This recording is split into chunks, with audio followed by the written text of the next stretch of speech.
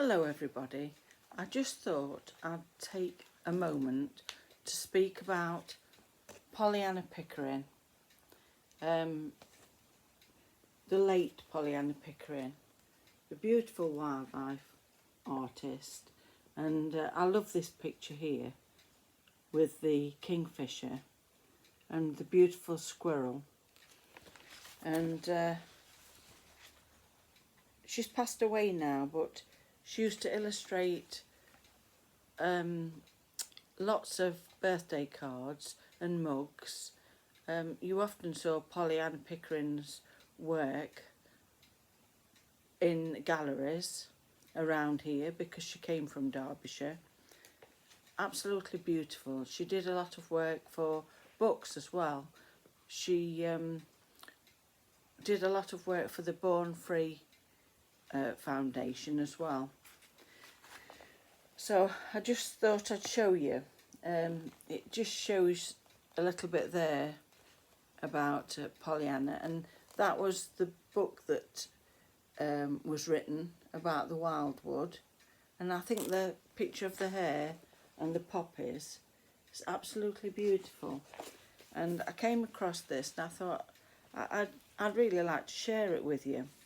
So going back to the picture of the kingfisher, if you can see the kingfisher there, there's a story about that, and it says many of the paintings included in the book were inspired by the close contact Pollyanna enjoyed with the birds and animals she cared for in the wildlife sanctuary she ran from her home in Derbyshire for 15 years. And in turn, Richard, that's the man who wrote the book, and Pollyanna, she illustrated it. It was a beautiful book. I think you can still get it, and it's called Wildwood, and it really is a lovely book. And I know that there was a special guest, Dame Virginia McKenna, who was part of the Born Free Foundation. I'm sure a lot of people will remember how much work she put into it. And it was the late Richard Bonfield, who was a poet in residence for the Born Free Foundation. He wrote a lot of the poems. So I thought I'd just tell you about the kingfisher because I've just read it and I thought that's so lovely, that is. And I know a lot of you love animals, and it's quite a nice story really. So, and I think that's what we need nowadays, lovely stories. So like I was saying, a lot of the paintings came from her sanctuary in Derbyshire for 15 years, and in turn Richard composed pieces inspired directly by Pollyanna's art. One such poem, Winter Kingfisher, is included in the book alongside the painting, which provided Richard with his theme. But the little kingfisher, who was the subject at the piece, wasn't quite so beautiful when Pollyanna first encountered him. She received a phone call from a factory worker who had found a kingfisher in the cesspit. The kingfisher had dived in but was struggling to get out. The workers lowered a bucket and scooped him out, but didn't really know what to do with him. So Pollyanna went over and collected, and very bedraggled, it was a little kingfisher.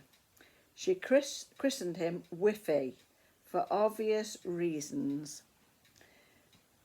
She gently cleaned his feathers and then fed him. His rescuers had actually been trying to spoon milk into him, which is definitely not what kingfishers eat. However, Pollyanna always kept whitebait in her freezer in case she had a kingfisher brought in, as they need the whole fish, including the scales and bones, for their digestive systems to work properly. She kept Whiffy in an aviary for just a few days to allow his feathers to regain their natural oils, and in the course took the opportunity to make lots of sketches before taking him back and releasing him along the river behind the factory where he had been found. Pollyanna painting of the rescued kingfisher, Halcyon River, will be exhibited during the Wildwood launch. So they had the launch, I think it was in November time. So absolutely beautiful that is. And I just thought I'd tell you the story of the little kingfisher, because it's very uplifting to know that there's people with a real love of animals, like Pollyanna. How wonderful. Yes, I've got a mug somewhere. I got 3 of them. They'd got owls on, and I got a couple for my friends and one for myself, and beautifully illustrated. And I've just been sorting out all my magazines, because tomorrow I think we're going to a charity shop, and I've been sorting some glasses out, drinking glasses and magazines and a few other bits and bobs. I've got about 3 or 4 boxes now for things that I don't need.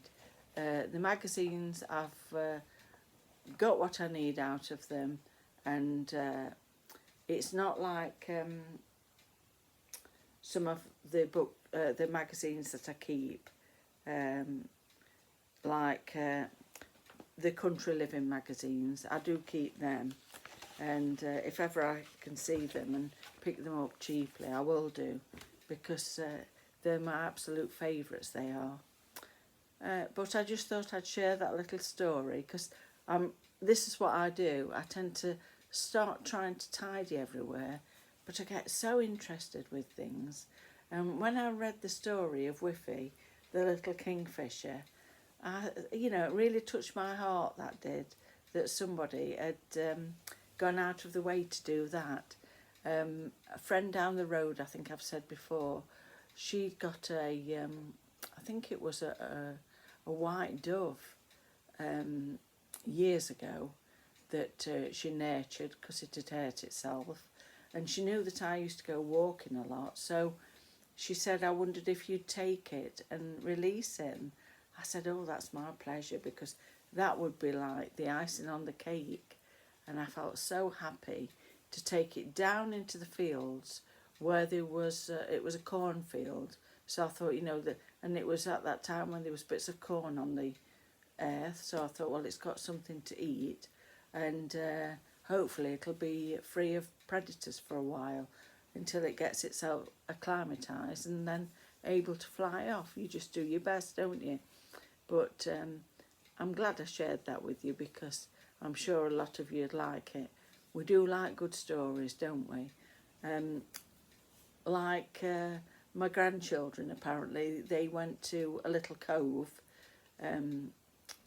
whilst they'd been away for a couple of days, and they watched the seals from a long way off. They didn't go onto the beach, so that they didn't do any harm to the environment. And there was a few on the beach, the seals, and then the rest were swimming in the sea, bobbing up and down. So that's lovely, isn't it? You can't beat nature.